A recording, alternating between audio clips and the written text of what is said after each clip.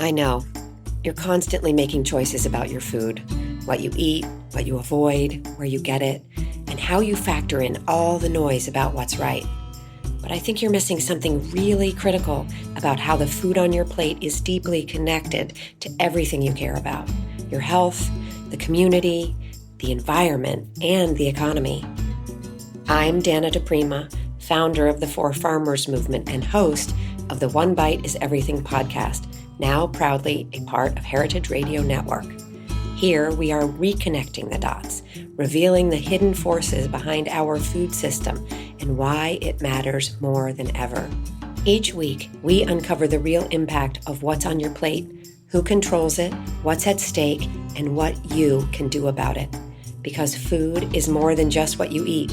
It's quite literally connected to everything you care about. New episodes drop every Thursday. Subscribe to One Bite is Everything and take your seat at the table.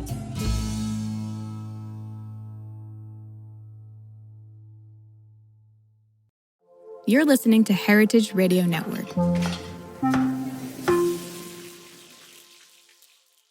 Since 2009, HRN podcasts have been exploring the wide world of food, beverage, and agriculture. Learn more at heritageradionetwork.org.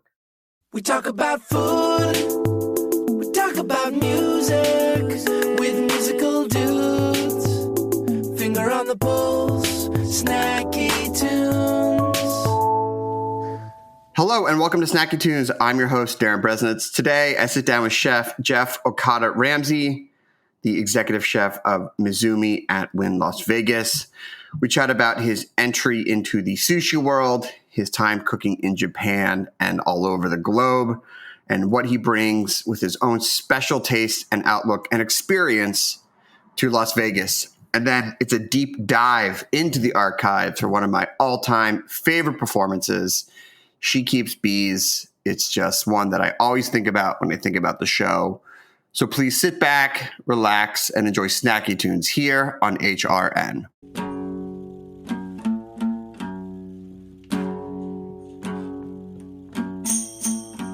Don't you tell them what to do. Just sit yourself down and don't do these things to you.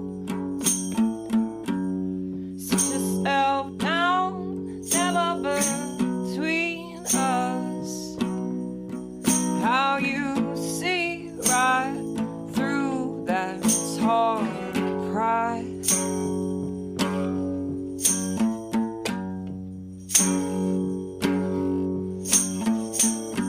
That pride you got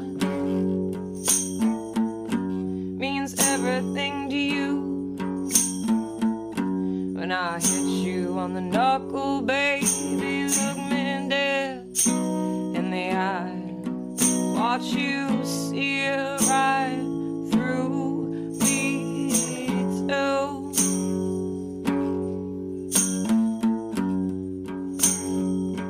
Tambo solo.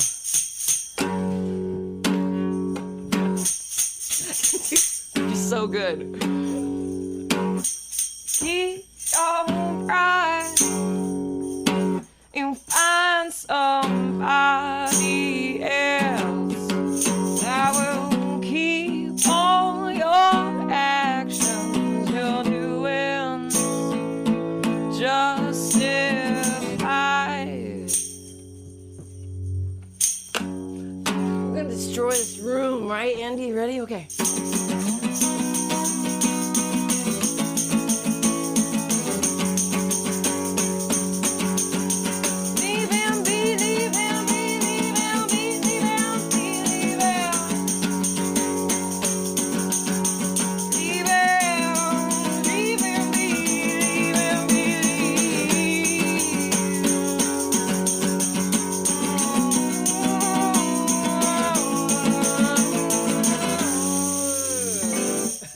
Jeff, welcome to Snacky Tunes.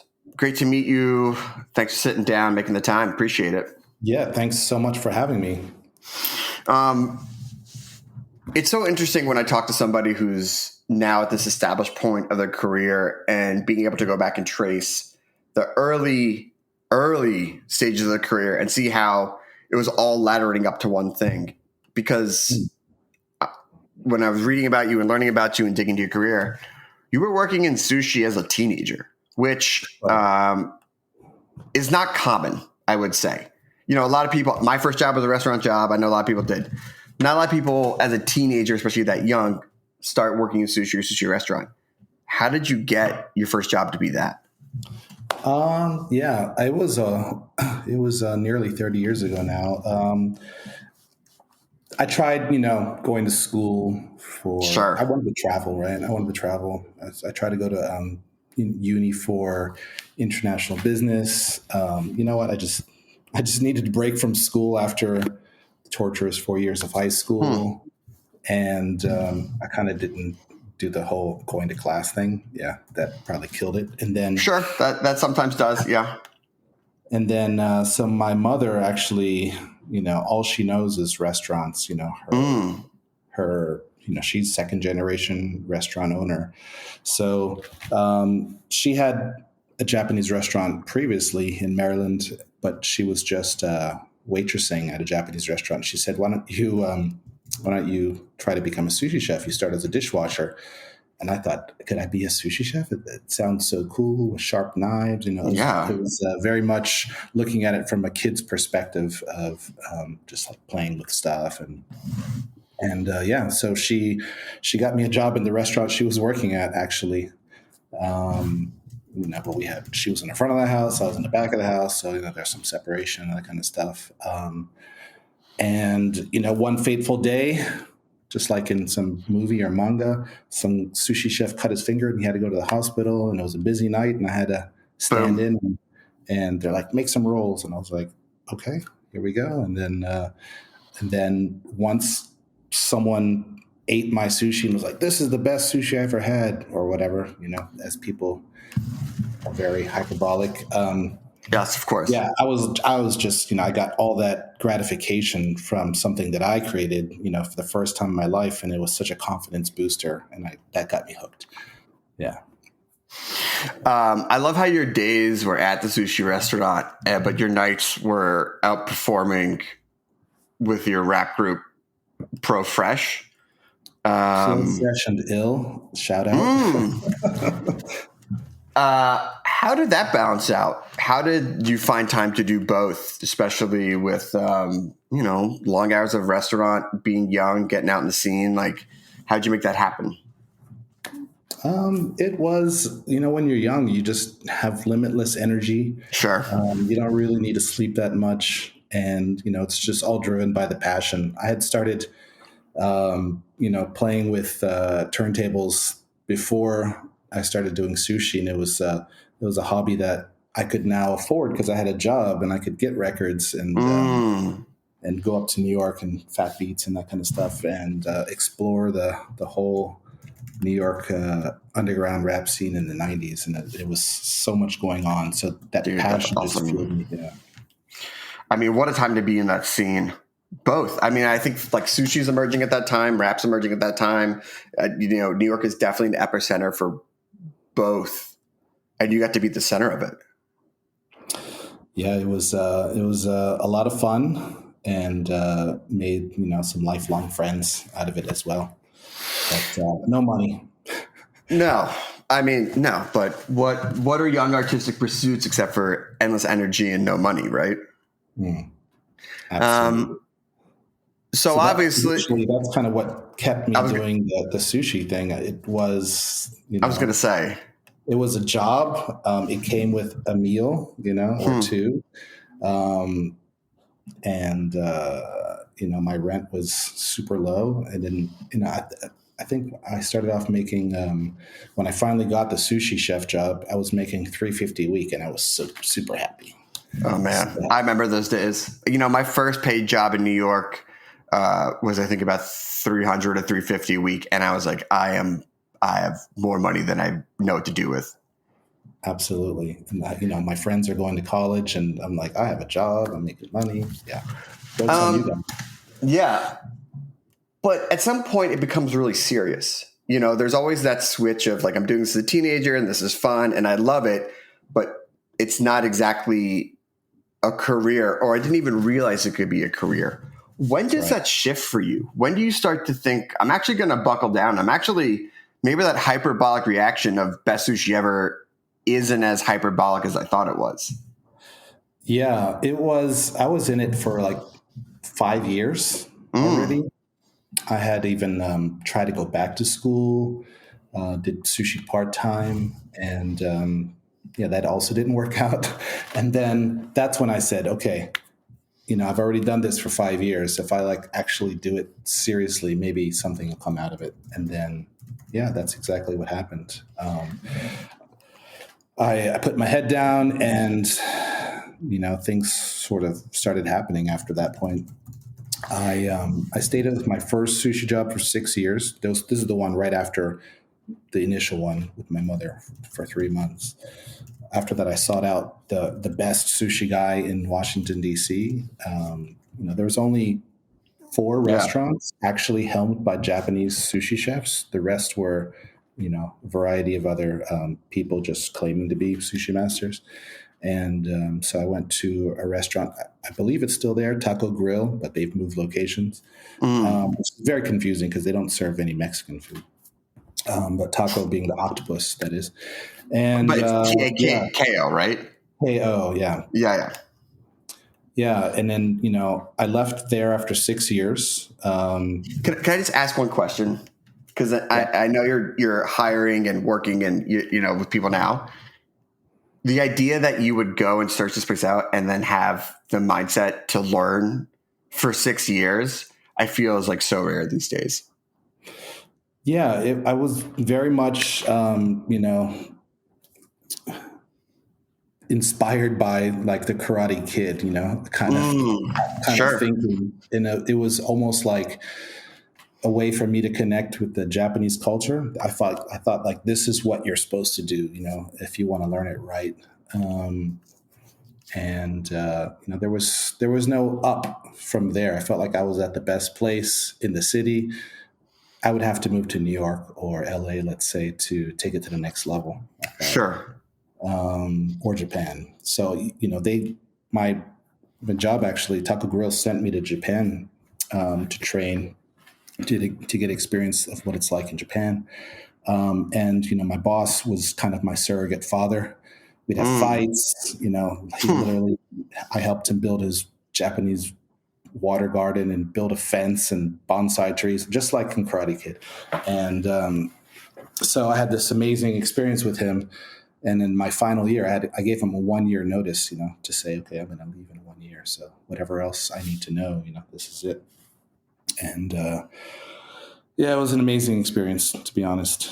And later on, sushi became my foundation of cuisine, which is you're not really cooking anything, right? You're just throwing things together. But the sort of, if you do one thing for so long, you can get really deep into that, and that can open up a lot of other ideas and connections to other things. And for me, sushi as my base meant it was all about simplicity. It was about, if you break down a piece of nigiri sushi, you have rice, you have, which is seasoned with, sweet, sour, and umami. And then you have the fish, which is a different type of umami. And then you have the soy sauce, which is the salty and umami as well. So a lot of umami and then all the different tastes going on. And it's about this sort of play of the ingredients in your mouth, how they combine, and with every bite, you get, blast of flavor, that kind of thing. And that kind of became the way I organized all my dishes. It was how does it dance in your mouth? How does it get some experience out of it? Yeah. I mean, what I loved about reading about your experience, because normally, or as I've seen it, 6 years sushi, either go open up in your own spot or, you continue on, you go to New York, LA. But you wind up working for Jose Andres, who I just think that sushi and it's tradition and it's century old practices rooted in that, to go to future thinking, molecular gastronomy, all the other end of the spectrum. I can't imagine that there was a lot of other chefs in the kitchen who were sitting at the center of that Venn diagram. No, I got a lot of people that looked at me sideways when I told them I was going to go work for Jose Andres. They didn't understand it. For me, I was into all that quirky new age stuff as well. When I was doing the whole DJ thing, I was into turntablism, and taking two records and splicing the sound back and forth and learning all the techniques of scratching and all this kind of stuff. So molecular was kind of like the turntablism of food to me. It was exciting. It was a new frontier. And I was very naive, sort of not realizing that the traditional side of it would get in the way of, all this, modernist cooking type stuff. So eventually, basically what I wanted to do was, at the time, Nobu was the most famous sushi chef, and he had combined Peruvian and Japanese. And then Morimoto was kind of up next, and he was doing a bit more Italian type stuff. And I said, I got to do something, either I go to New York and learn French cuisine and combine it with sushi or something else. And then boom, Jose Andres is a block away. He used to come in to eat sushi. And I would go to, his spot, Cafe Atlantico, when they were about to open mini bar, and they were playing with all these different chemicals and stuff. So I would just go in there and, look at what chemicals they're using, go on a rudimentary internet and find ingredients like a home cheese making website sold calcium chloride and stuff. And I was like, okay, I got to get this. And then, so I was doing that until they end up blacking out the labels with markers because I kept spying too much. And then if you can't beat them, join them. So I went there. Yeah.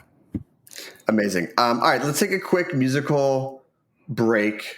And then when we come back, we're going to talk about how you started opening up your own spots and how your unique experience led to some pretty innovative restaurants. We have a song from the archives here on Snacky Tunes on HRN.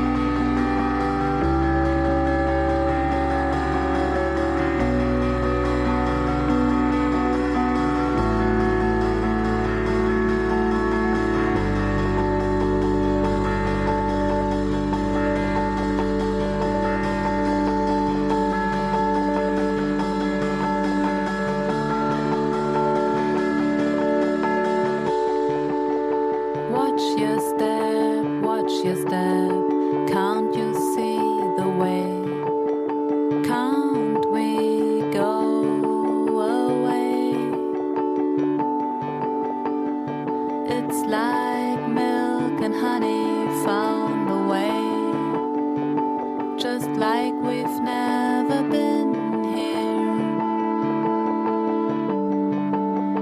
Walk the sleepy street, walk the sleepy street, and come along with me. Welcome back to Snacky Tunes. We are chatting with Jeff Okada Ramsey, executive chef at Mizumi at the Wynn in Las Vegas. And when we left before the musical break, you're in DC, you're working at Tapas Bar. When did you start feeling the itch to leave America, or was there an opportunity presented to you to get your own thing going? Yeah, so when I was still at Taco Grill, like I said, there was only a handful of Japanese restaurant owners, and they got together to make a Sushi Society of America. And there was a delegation of sushi chefs from Japan that would come over every year and go to San Francisco, LA, and DC for the Cherry Blossom Festival time and put on these shows. And, that's the people that I end up going to Japan and staging with. And so we would also 4 times a year put on these mock Iron Chefs, because Iron Chef was huge at the time. And, so it was a way for the owners to get together, network, and then the younger ones would, do this Iron Chef challenge. And there would always be a special guest. So one time, this very acclaimed Japanese chef, Hide Yamamoto, came in. Sure. And, who's got tons of restaurants these days in Singapore and Japan and stuff.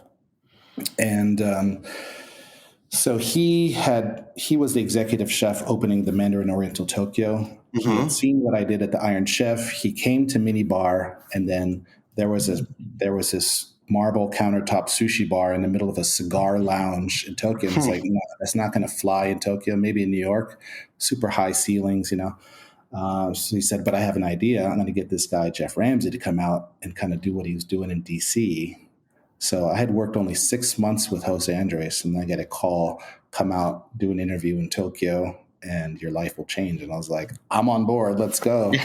Yeah. Hey, I might lose you. I'm already on the flight. So, if the call drops. Man, so everyone dreams for that call. Hey, get on a plane, come to Tokyo. We're going to change your life. Yeah, exactly. It's getting called up to the major leagues, essentially. And that's how it started. And I had no idea what I was doing. I'd barely learned I was at Mini Bar, and the executive chef, Katsuya Fukushima, he taught me how to saute mushrooms. I was so green. I had done sushi, but I hadn't done a whole lot of anything else. And here I am. Now you're going to become a chef, albeit of an 8-seat restaurant, So sure. But did you learn during that time, during your stint at Taco and then going to Japan, how to work within Japanese culture? And that served as a good fundamental for you, more than maybe learning more of the advanced savory skills that you could pick up sort of anywhere? That's a good point. I never really looked at it like that. Yeah. I didn't speak Japanese at that time, but when I got there, I had to learn quickly because all my staff is Japanese. I didn't have someone translating for me, anything like that. No Otani translator hanging out with you? No, it wasn't quite the major leagues, but yeah, it was obviously wasn't. I had developed an ear for Japanese by that point, right? From my childhood, and my mother yelling at me and profanities in Japanese and stuff. And it kind of sunk in, I guess, because I quickly picked it up, and I was just doing wacky stuff. It was the blueprint from Mini Bar, essentially, where there's like nearly 30 or 35 dishes sometimes on a menu, and they're all just little snacks of unusual combinations, and to many, it was like a dream job. You have 8 seats, you get to do whatever the heck you want, and no one can compare it with anything else. And yeah. So I just experimented. The first thing I would have thought is that, I'm finding I can do this molecular sushi thing that I dreamed of. But once I got there, it's like trying to go to France and make a French restaurant, as an Sure. outsider. It's Yeah. super overwhelming. So I decided to go the other way, and we're just going to do everything in the world mixed together, basically. I mean, I get that, especially given, you just be playing catch up the whole time to restaurants that have been around for 100 years in maybe a modern version and longer, and something that's been evolved from something not as modern of what was considered a restaurant. So I think that's probably the smart move. But then it also lays the groundwork because you start going to other countries and you're able to integrate yourself into other parts of Asia and come up with concepts. What did you take from being like, I'm going to go in the other direction of what people might expect in this type of restaurant to establish yourself all over the world? Well, the Japanese are very knowledgeable in food. Food is in every TV show, every magazine. It's a huge part of the culture over there. People know what's in season. They know, what tastes good and what doesn't, if it's in balance, if it's not, that kind of thing. And so I didn't do Japanese food. I did, this other sort of creative stuff. Right.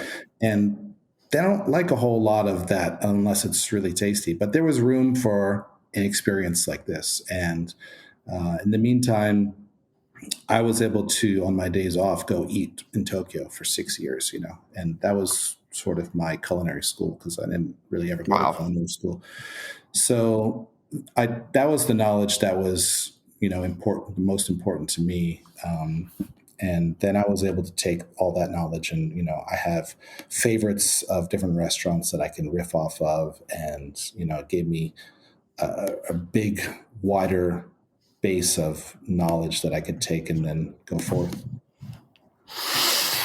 So you're armed with that perspective and armed with eating around town.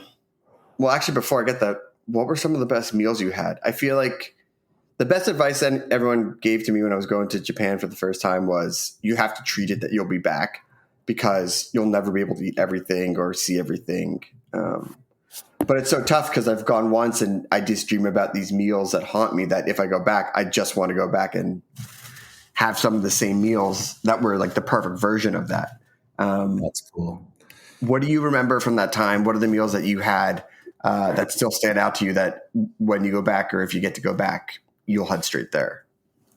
Yeah, very interesting. There are very few restaurants that I went to more than once just because there are, whatever, 250,000 restaurants or something like that. One of the best restaurants I ever had, the experience I ever had was Sushi Sho Masa, which I didn't know it when I first had it, but I was taken there as a gift with some friends, and it blew me away. And then I went back, took my wife to go eat there, and I called that same day and said, hey, can I get reservations? They said, oh, the earliest we can get you in is 11 p.m. And I was like, okay, that's interesting. So, it was, like 5 o'clock. We were pretty hungry. So we had a little snack and champagne and stuff at home, and then get to the restaurant, 11 p.m. It's just 8 seats, and we had the omakase set, which is all they have. And I noticed that they're not giving us the same things. My wife is getting different stuff than I have, and we're getting like 30 things each. And so I asked, why are you giving us different things? And he said, well, I try to read the energy of like what I think you're going to want and what you're going to want. And so already that was like amazing. We had everything was just in tiny bites. There's this little tiny cup with sushi rice, and it had uni on top. And we're like, okay, it's uni and rice. He's like, there are 4 types of uni from the 4 corners of Hokkaido. Boom, and you eat it in one bite. It's like that. And then, there was another bite of little rice with ikura on top, but hidden under the ikura was butter from Hokkaido, and you eat it, and it's just like butter and ikura and the sushi rice, and it's like so much going on. It was amazing. And then the next course would be like a pickle, and then it'd be like a seared skin of yellowtail, followed by a sashimi of yellowtail or something like that. Where it was not a linear experience like most sushi places. You go from lightest taste to strongest taste by the end, right? Finishing with stuff like uni and eel and stuff like that. This was just bouncing all over the place like a roller coaster. And, by this time I had, 100 sushi meals in Japan, but this was the first that was like that. And then, I learned that this was only one of 4 restaurants that were this disciple of the original sushi show. So then it became my mission to try the other places and eventually try the sushi show. So I tried all the other places, but that sushi show Masa was the best of the disciples, in my opinion, at least. And then they were all good though. And then by the time I got to sushi show, they had closed down. They're open now in Honolulu, actually. Oh, yeah, that famous omakase place in Honolulu is the same guy. But the style is just so different, and that inspired me to like that.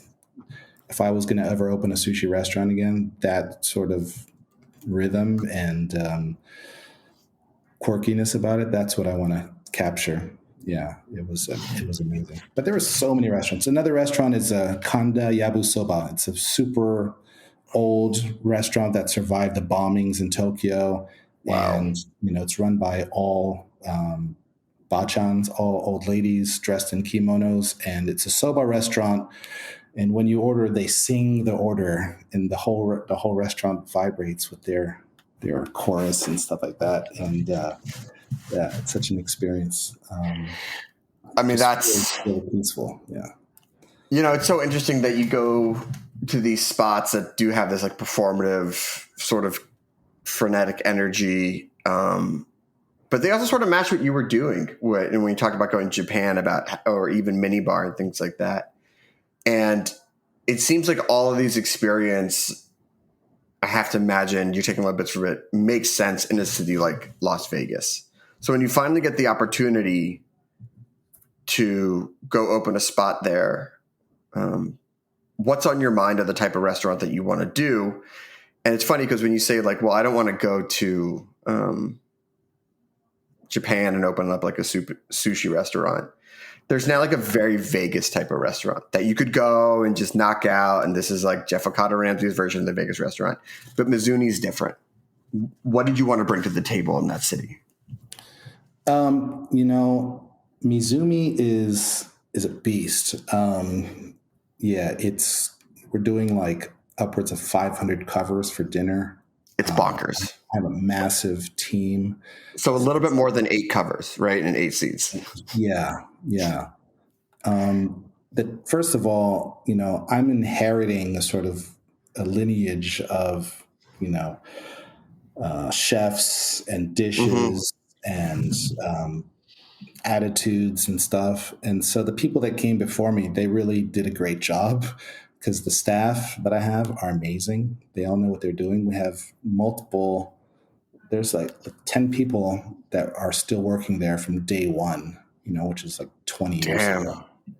The restaurant's been open a long time and it has a lot of history, and its clientele, also come for their favorite dishes. Of course. So I would say, 80% of the menu is, it's got to deliver, classics. Classics. Old school Vegas classics. Hits keep coming. I think I'm interested about the 20% that's your stamp on it. Yeah. So even the 80%, I felt like I need to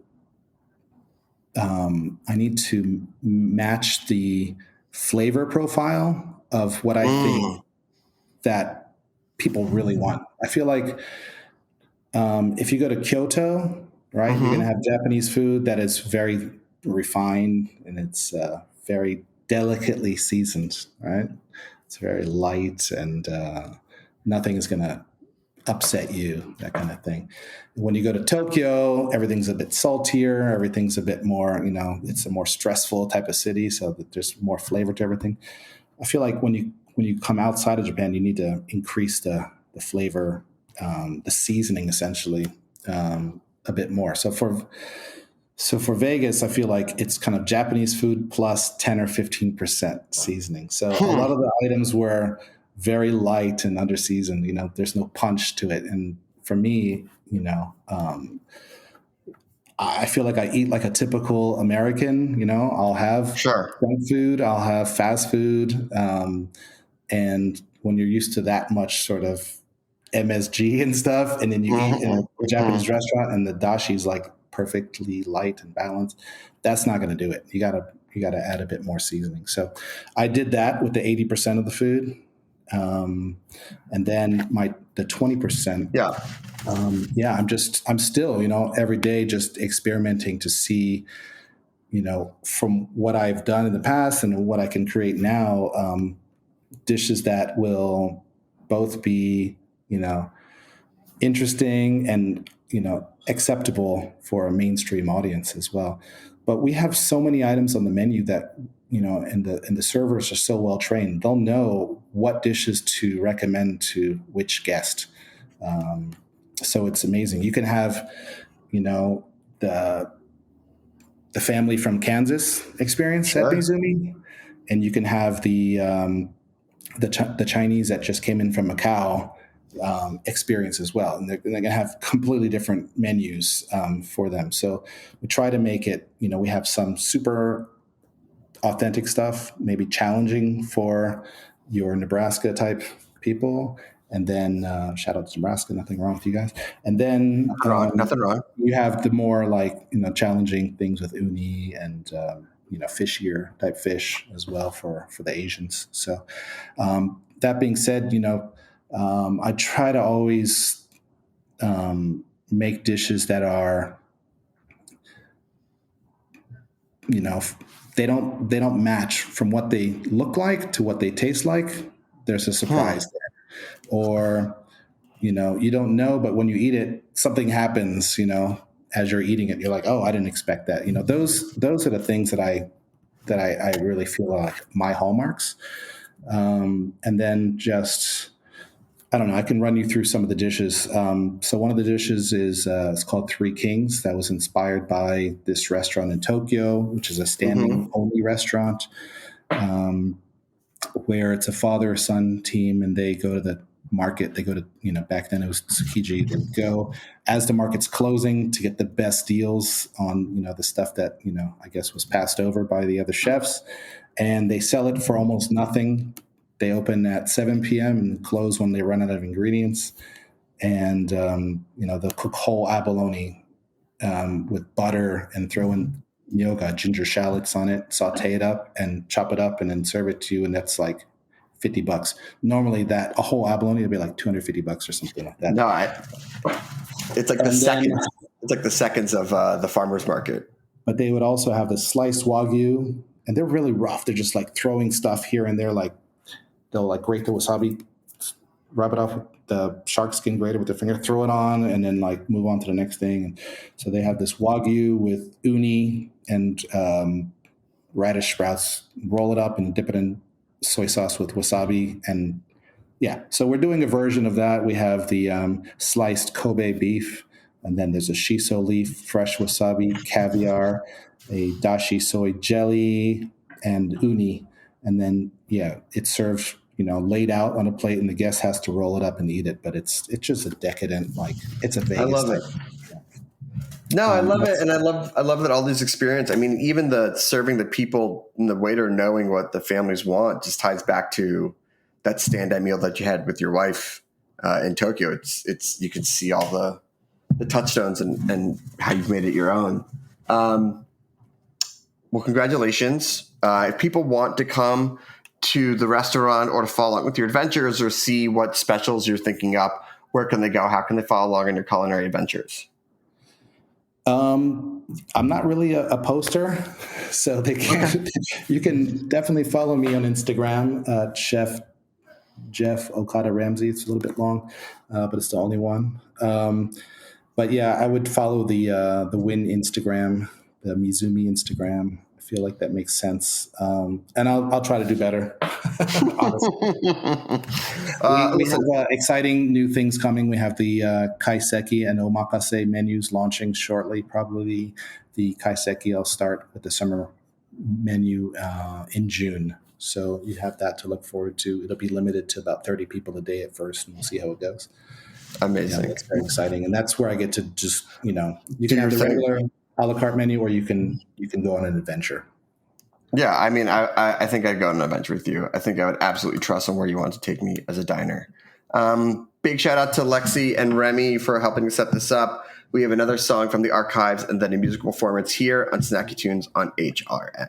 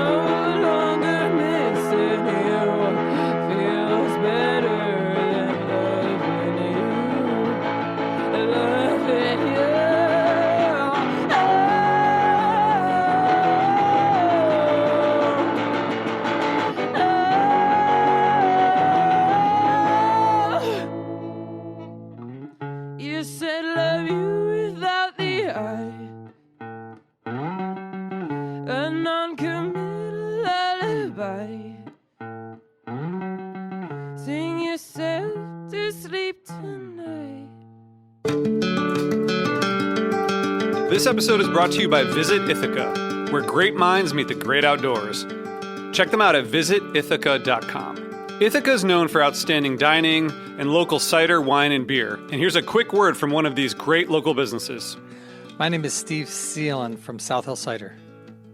So I started making cider about 20 years ago, and I made cider exclusively from wild apples for the first 10 years. And then around 2014, I decided to plant some actual cider apples in an orchard to start cider production just like a small winery. We have a tasting room. You can see the orchard, you can see the valley, and we pour tastings of our ciders. We have about 20 different ciders that we make. So there are beautiful hiking trails and gorges and waterfalls all over this area. And in fact, we're located right on the Finger Lakes Trail, where in 15 minutes you can walk down to a 140-foot waterfall that's on a land trust property.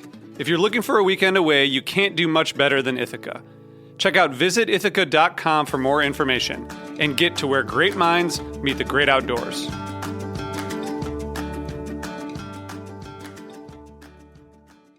In the studio today, we got She Keeps Bees. Hello. And obviously, the first question on the show today is where? Where? I know. As soon as we get out of this apartment, then I'll have. We only have one window that looks directly into someone else's apartment, so half the time there's no real light coming in. Wait a second. That was not the question. The question is, where do you keep the bees? I know. Well, what? We will once we have an apartment. Oh, okay. I forgot that. I went right in the middle. Yeah. And this seems like a common question. It is. I know, and because just so you know how the interview process goes, if you were answering the question for somebody else previously, you can't just pick it up midway for us because we didn't get that first information. So just got it. Just no, I learned it from my mom. It's usually that's how the story goes. It's always like she's like in the middle, and then he died. Yeah. Oh, and then Mozart like, says to his pizza guy. So you two just got back from recording your new record. Mm-hmm. Yeah. How was that? It was insane. It was like a dream. We had purpose every day. It was awesome. we were in the middle of the woods and in a log cabin. Which, where? Yeah, in about 2 hours north of here, and it was surrounded by mountains and trees and stars and blue jays. Blue jays. Yeah, they're nasty little stinkers too. Apparently, they're really good mean. looking. Oh yeah, and Not the friendly Disney kind. Yeah, no, not at all. It's like they're always hurting other birds. Yeah, it was drama every morning. Blue jays. So how was the inspiration? We were, amazing. Half the time it was just there's windows everywhere, so we'd try to start a song, and I just start staring off into space, and like, whoa, sorry, what are you talking about to me? Always. It's just, what? You never say anything, you bastard. Just let her go, whatever. Yeah, was she? Yeah. No, it was amazing. It was a dream. Was it writing and recording or just writing? No, I had everything pretty much set up. There were only a couple times where I'm like, don't say horseshoe. What rhymes with? Oh God! Wandering around looking at wood. That sounds like a good idea. Don't say horseshoe. How many another horseshoe song? No. Fuck. Were you completely removed from civilization, or was it like? There was a diner like 5 minutes from the house. Yeah, but we did lose power for about a day and a half, and we had to learn how to use the old-timey wood stove. And it was like, this is the test. And so we burned it down, and then we had find another shelter. Did you do a lot of cooking? What were you cooking? Yeah, it was always stew. Pizzas. Oh yeah, we made a lot of pizza. This man, we became grandma and grandpa. I started embroidering. He started making stock for no apparent reason. It was like we were making chicken stock all the time, just in case. Going to sleep at 9:30 in the morning at the night, getting up at 7, being like, "Are the mountains still there? Oh, fantastic!" that's what purpose will get you. It was like a dream, really insane. Now it's 4 o'clock. I have a glass of wine. I think I will. The sun's going down. And I know, because as soon as it was like camping, because it was just like floor to ceiling, 24-foot ceiling. Whose place was this? Well, we found it on Craigslist. I don't know how he did it. He's younger than me, so he's very savvy with the internet. Every time I do something on Google, it's always like, "You've reached this porn place," and he finds it and he's like, "I got a deal. We got this. We're ready to go. They're gonna give us a car for free." I'm like, "How are you doing?" That's not true. They did not give us a car. No, but we got them to get the price down. That's nice. This is like a luxury house, It's like negotiating. Yeah, I always forget that there really is all these woodsy forest, fancy pants stuff right outside New York. Mm-hmm. I know that people never use, and their keys are usually are nowhere near the house. In the house. It's actually a trick question. The front doors are just always unlocked. Exactly. For every half an hour you get outside, it's like a decade back. You get 2 hours out, it's like the 1950s. No one locks their doors. Only diners. Yeah. Oh my God. It's so why don't we have you play a song? All right. Yeah. Okay. We'll do that. Yeah. I like the. I mean, no one could see it because this is radio, but the. Are you sure about that? I'm pretty well. That guy can't. I don't know if but I like the bee themed shakers. You have no idea. They were a gift. I'm trying not to be the bee lady, but it's happening. It's like, oh, another bee candle holder. I mean, you kind of. What are you gonna do? You I know. ask for I'm gonna embrace it totally. Does anyone remember that episode from The Tick with that guy who had a pig for a foot and he got all these like pig presents and it was the exact same thing. It's like you get one pig present. It is exactly like that. I need to watch more of that show. Collected pigs. Yeah, it's like yeah. Great, a bee dress. Actually, a bee dress would be pretty cool. Yeah. When am I gonna have that? Yeah. Hey, listeners. Okay. All right. Next She Keeps Bees shows. Bring the dress. Yeah. Let's do it. Yeah, let's do it. Let's go. Live on Snacky Tunes. All right. Maybe I'm gonna do this so I don't weird myself out. I can hear myself. Okay, here we go. Don't follow me, honey. Not the road you want to be on. Yeah, the sky may seem sunny. I know I'll be the one you gotta lean on. You've got some time to spend and shine what you think you may want. See, you got the nerve, oh, the nerve to be so kind. Yeah, find yourself a little rabbit hole, too dark for believing in lies, lies, like oh, stand up and fight, stand up and fight, stand up and fight, fight, fight. Oh, the river you damn won't dry, and the feelings you have, it's alright. Just please, sister, please give it time. 'Cause not everybody walks straight line. Straight line, line, line, line, line, line. I've been ripping around you, all you gonna feel is love, love. Tie the ribbon around you, all you gonna feel is love. Sing, tie the ribbon around you, all you gonna feel is love, love, love, love, love, love, love, love. Tie the ribbon around you, all you gonna feel is love. Yeah. Thanks, guys. Oh, God. I'm feeling a little like I'm wearing double pants. I got 3 sweaters on. Sitting down in comfy chairs. Oh, yeah. I was like, I can't get the wall. So I'm sorry. It's winter today. Yeah, and I got lovely pizza all over my face. That was great. Yeah, we really. What was that song called? Ribbon. Yeah. Yeah. Ribbon Horseshoe? Ribbon Horseshoe. Ribbon Horseshoe. The classic. That classic She Keeps Bees Ribbon Horseshoe. Yeah, we really we do not set people up. We're like, come in, it's warm, and here's a bunch of pizza. Now, could you play a little something for us?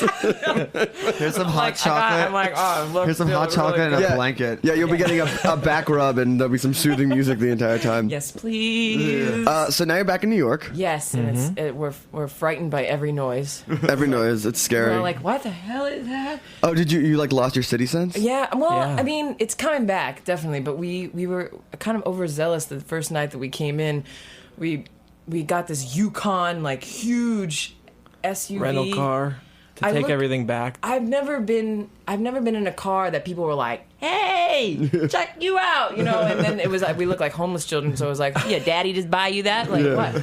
And so quickly just trying to be as aggressive as, I mean, clearly. If you're driving a bus, it's like, no problem, I'll just run you over. So we dropped that off in the city, and then we're like, let's go drinking. Oh, yeah. No problem. We've just been going to bed at 9:30 every night. Sure, you know, and we lasted like 10 minutes. Yeah, that first night back in New York drinking is... And then, but after moving back to you're like, what is wrong with us? It's either very long or very short. Almost killed you? Yeah. moving all wanted of to our get equipment back done. into the house. I didn't realize that I'm like carrying a pillow and a plant, and he's carrying like 7 speakers. Why are you so tired? Yeah, hurry up! I'm like, just need a little. I gotta get my plan together. I was starting to tunnel. I mean, he's like, I'm just gonna lie here, and she's gonna feel so bad. When I mean that getting out of that New York rhythm. We get older as these things happen, and getting back into it just gets a little bit harder every time. Just like, did I really used to be out till? How did I do that? 2 hours of sleep? No. Yeah. I have to assume that people who were my bosses did what I did when I was younger, because they definitely had to give me some grace. Yeah. Because you come and you're like, yeah, I got this. No one knows that I was out. No one's gonna notice if I go take a nap in the bathroom for an hour. And the boss is just like, could you just not? If you could just not smell like what you did last night. Smell like a brewery. Yeah. Showers are so fun. Yeah, I remember. I remember hearing that phrase, "Smell like a brewery," when I was younger, and being like, "How could you get that drunk?" And then, I've never heard that. Comes out of your I've never heard that pores? phrase before. Really? Yeah. Directed at you. Yeah. Personally. Yeah. So you're back in New York. Yeah. How long are you here before you're back on the road? I guess for like the next couple months, we're going to be mixing and mastering and trying to get the album together by next March, and then we're just going to try to just do full push and go. Well, I guess we're going to probably go to Europe for a little bit, but then we're going to come back. Jaunt. Just a quick jaunt. Sometimes they feed us to them. This is like one of the. Actually, that's why we support this place all the time, because it's like they feed you, and you can tell that the food is made with love, and this place is amazing. By the way, she's referencing Roberta's. yeah. You left again. Just gonna help you out here. I figured know. it out. This is what this has to do all the time. When what's the food like for the mixing? Is it different than the recording food? Yeah. Are you taking the time to make stocks, or you're like, I'm just getting any Thai takeout that?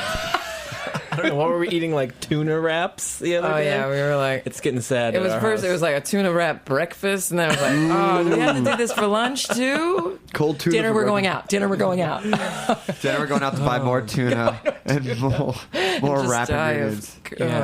Mercury. Yeah, you get in that studio tunnel, and you're just like, first menu, whatever. Coffee. Yeah. Coffee. Coffee. I know, and now we set up the studio just today, and like we were listening to it in this cathedral like setting, and now we're just like, what? This doesn't sound like crap. I think it helps though. Yeah. Smaller size. Yeah. All right, engineers. Andrew WK actually wrote a long time ago when he did his first record, like, if it sounds good at 1, it'll sound good at 10. Nice. And that's how he mixes all of his records. He's the party master. Yeah. He mixes them quiet. Yeah. Yeah, I've heard that before. It's a good idea. Yeah, like, and a lot of like other producers, like when we were starting out, the tips, they were like, everything will sound good when that bass is like kicking, but if it sounds all right when it's really quiet. Speaking of listening to music, let's hear another song. Okay. That's a transition. Right. Boom. Okay. Gosh. All right. Well, what are you gonna do? Okay, I'm frightened. But This one's about horseshoes. The horseshoe popsicle song. Yes. Is this a shaker or a tambourine? I guess this is gonna be. I'm gonna attempt the brand new thing that's happening. Maybe I should just chill this. Okay. Okay, maybe I did. Here, I'm gonna do here. Yeah. Oh, okay.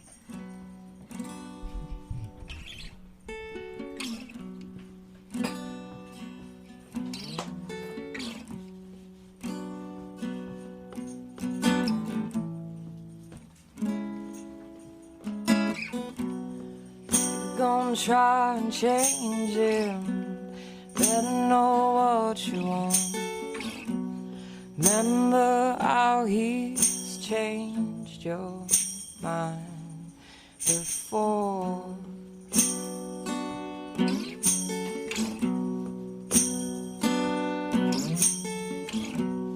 Long as I have waited to knock the crust off you,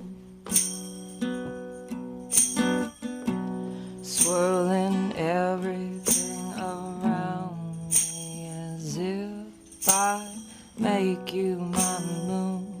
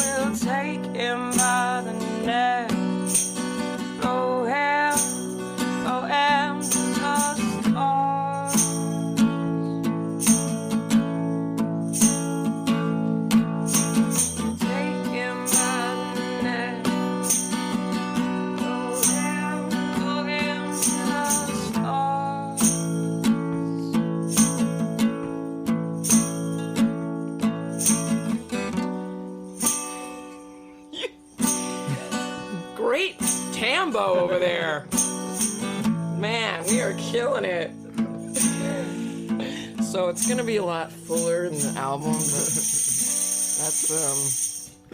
that's something Andy didn't practice. Yeah, I know, and I kept telling you, are you gonna do the Tambo jingly? She wouldn't let me bring my miniature drum set. Well, because you didn't practice, man. I want a tight ship, dude. Those are pretty interesting lyrics. What's your inspiration for? Well, I'm not playing the next song. That's right. You better just chill. Eat some more pizza. You can, yeah. Yeah, I throw him under a bus. We I do it throws all me the under a time. bus every time. We call these give me a tambourine house and expect me meetings. to make magic. Yeah. This is the She Keeps Bees house meeting. Yeah, live on Snacky Tunes. Some therapy, some band Just therapy. call in. Tell me where to keep the bees. Where the horseshoe song should be placed. Oh, the bees are in the horseshoe. Spoiler alert. Thank God we sorted this out.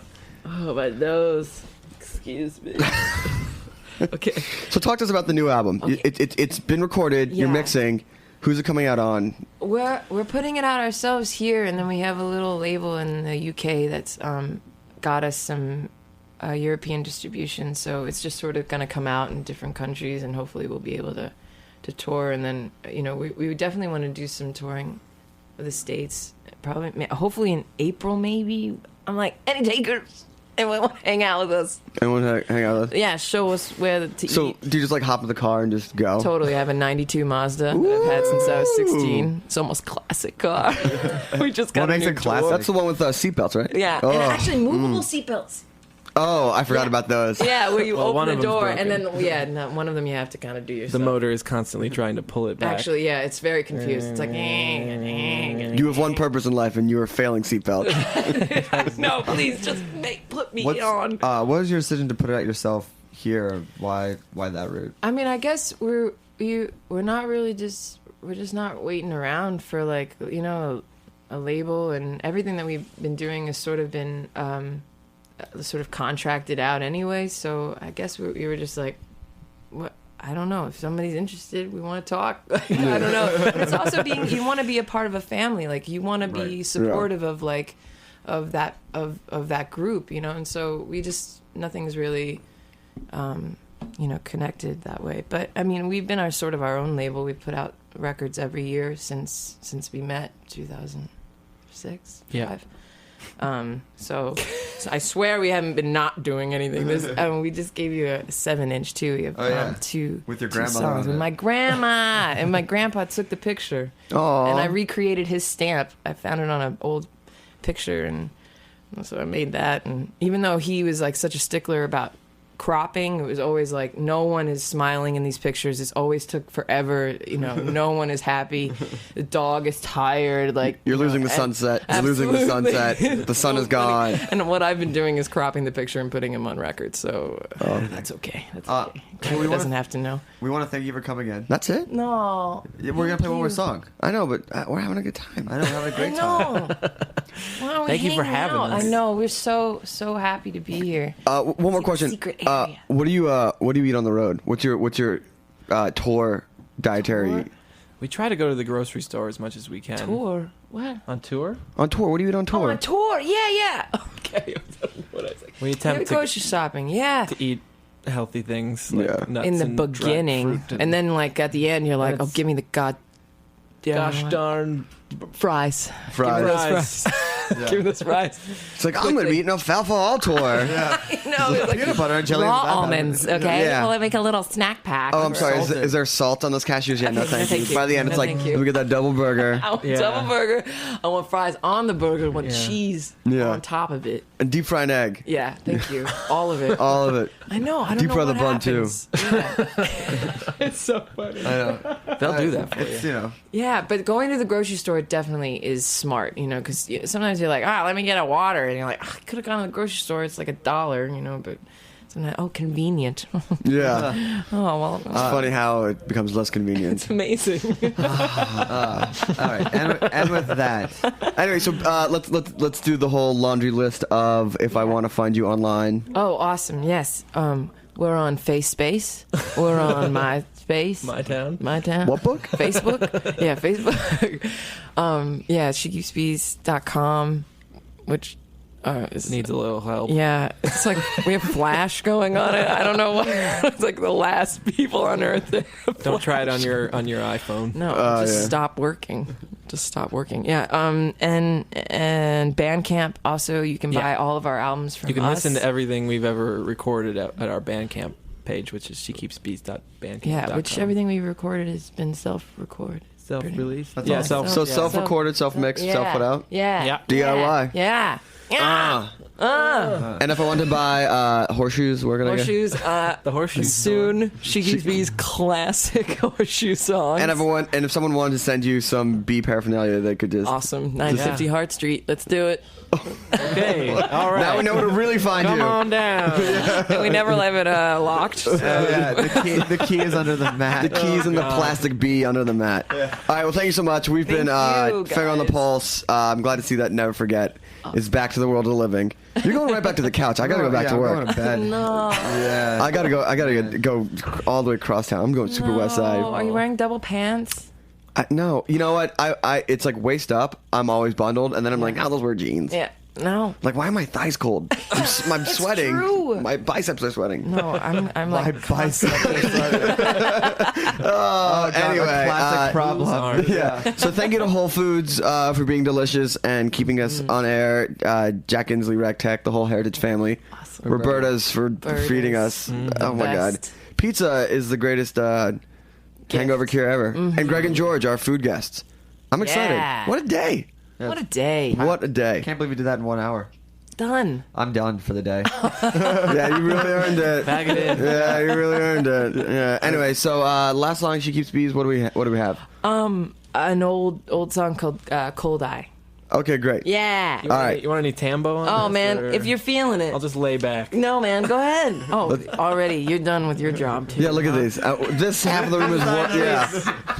All right, here we go. She Keeps Bees, live with Snacky Tunes. Thanks for listening. We'll be back next week. Yeah.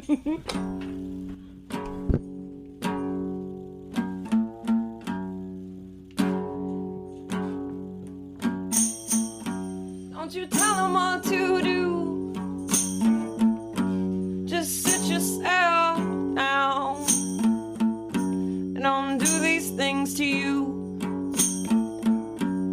Sit yourself down, never between us. How you see right through that hard pride.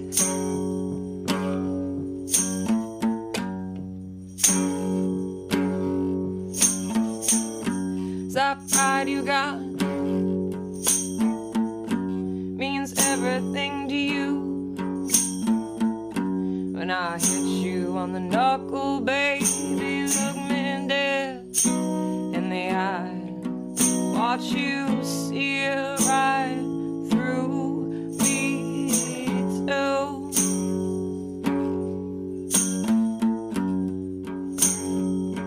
Tambo solo.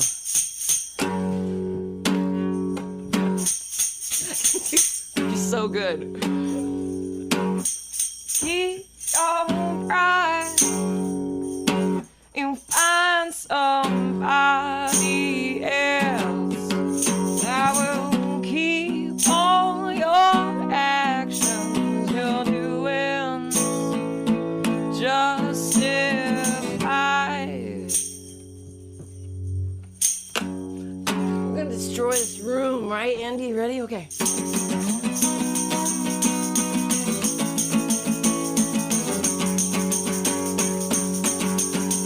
Leave him be, leave him be, leave him be, leave him be, leave him.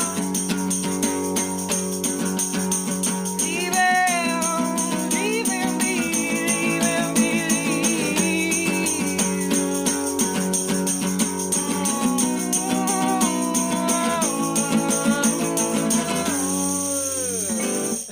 We talk about food, we talk about music with musical dudes.